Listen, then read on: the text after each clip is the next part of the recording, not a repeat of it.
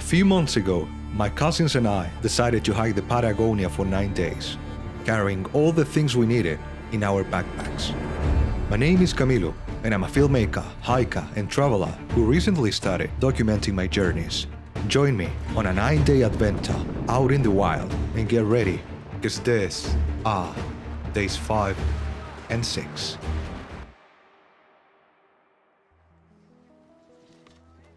January 2nd. We left the campsite at 4:30 a.m. after a cold and very complicated night. Keeping a solid rhythm was our priority, so I only started recording once it felt like the right time, and that was around 9 a.m. Surrounded by rocky mountains, a freezing wind, and the relentless tick-tock of time pressing in our ears, we were facing what was without a doubt the toughest day of our trip. 22 kilometers. That's what stood between us and our next destination. Walking beneath trees with massive roots breaking through the ground and hiking uphill in strong winds were also part of the deal.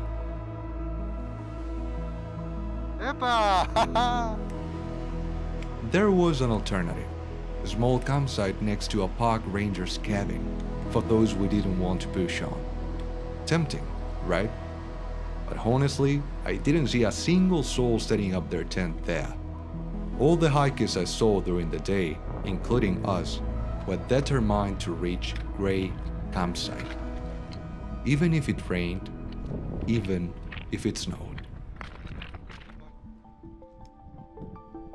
As we got closer to El Paso, the views became absolutely stunning. Tons of scattered rocks made the landscape look like something straight out of Mars. But the moment we reached the summit, everything changed in an instant. Because right in the front of us was a great glacier. The wind? Insane. So strong that we could barely hear each other talk. And the cold? Yes, it was really cold. Makes sense, though, when you're standing next to a massive chunk of ice covering 270 square kilometers.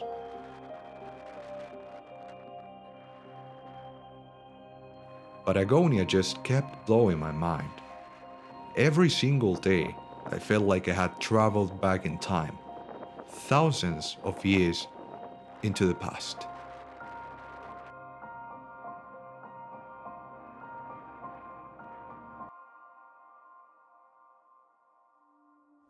Alright guys, I'm exhausted. It's around 10 past 12 p.m. This part of the circuit is... man, you have to live it. You have to come here, hike, and then you're gonna know it by yourself, but it's really tiring. It seems to be endless, like you will never stop going downhill. Now I just stopped to wait for my cousins. They are probably 10 or 15 minutes behind me, so I'll wait for them. But this part of the circuit, I have to say, is very, but very tiring.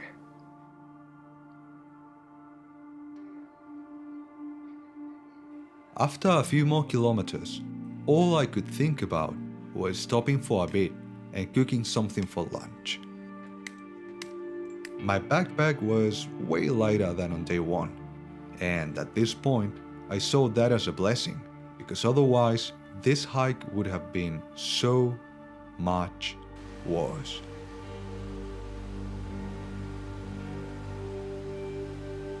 I kept moving towards that ranger's cabin spot I mentioned earlier, and the second I checked in, I fired up my stove, because my stomach was begging for it. But I didn't let myself get too comfortable. Not at all, because I knew I still had hours of hiking ahead, and taking long breaks could mean reaching Gray Campsite in complete darkness. Not exactly the smartest move. Getting there soon was the only thing I had in mind.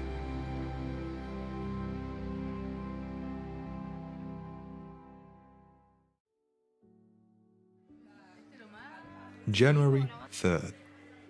We woke up later than usual because, let's be real, we deserved it. Let me tell you, the previous day was the hardest physical challenge I've ever faced in my life. I was completely burnt out, physically and mentally. That's the reason why I stopped recording. We finally made it to the campsite around 7 p.m., ate something quick, took a hot shower, and crashed straight into bed. Now, after a long and much needed night of rest, it was time to pack up and move on to the next campsite. But this time with one huge difference. We knew we had already conquered the hardest part of the circuit, and we did it together, as a team, or in this case, as a family.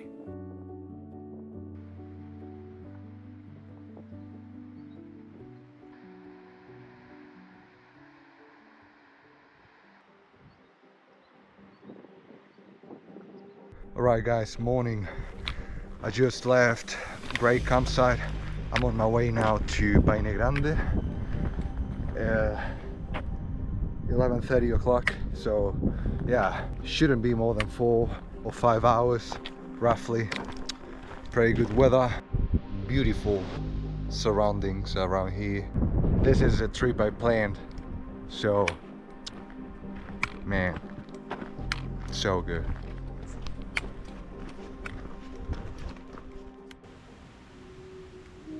I enjoyed every single step of day 6. I mean, the other days too, but come on, feeling like a winner just hits different. The next campsite wasn't too far, and I'd heard from some hikers that there was a mini market stocked with groceries. So enjoying a good meal and snacks after a relatively short hike was a gift from heaven.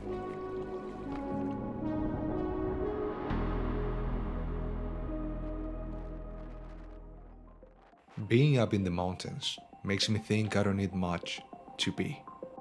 Just my pack with basic supplies and my camera. Let's face it, we are constantly stressed out, always in a rush, feeling tired 24/7 and drowning in routine.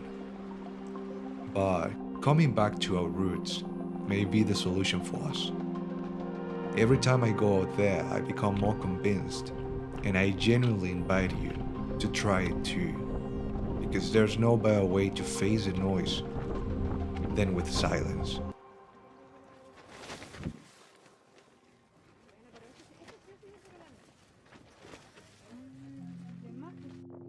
Lying on my sleeping mat while enjoying such an incredible view was priceless.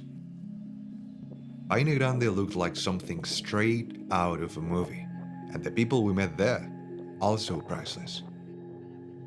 A shout out to Andre and Bera, a couple of travelers who gave us tons, but literally tons, of advice and recommendations.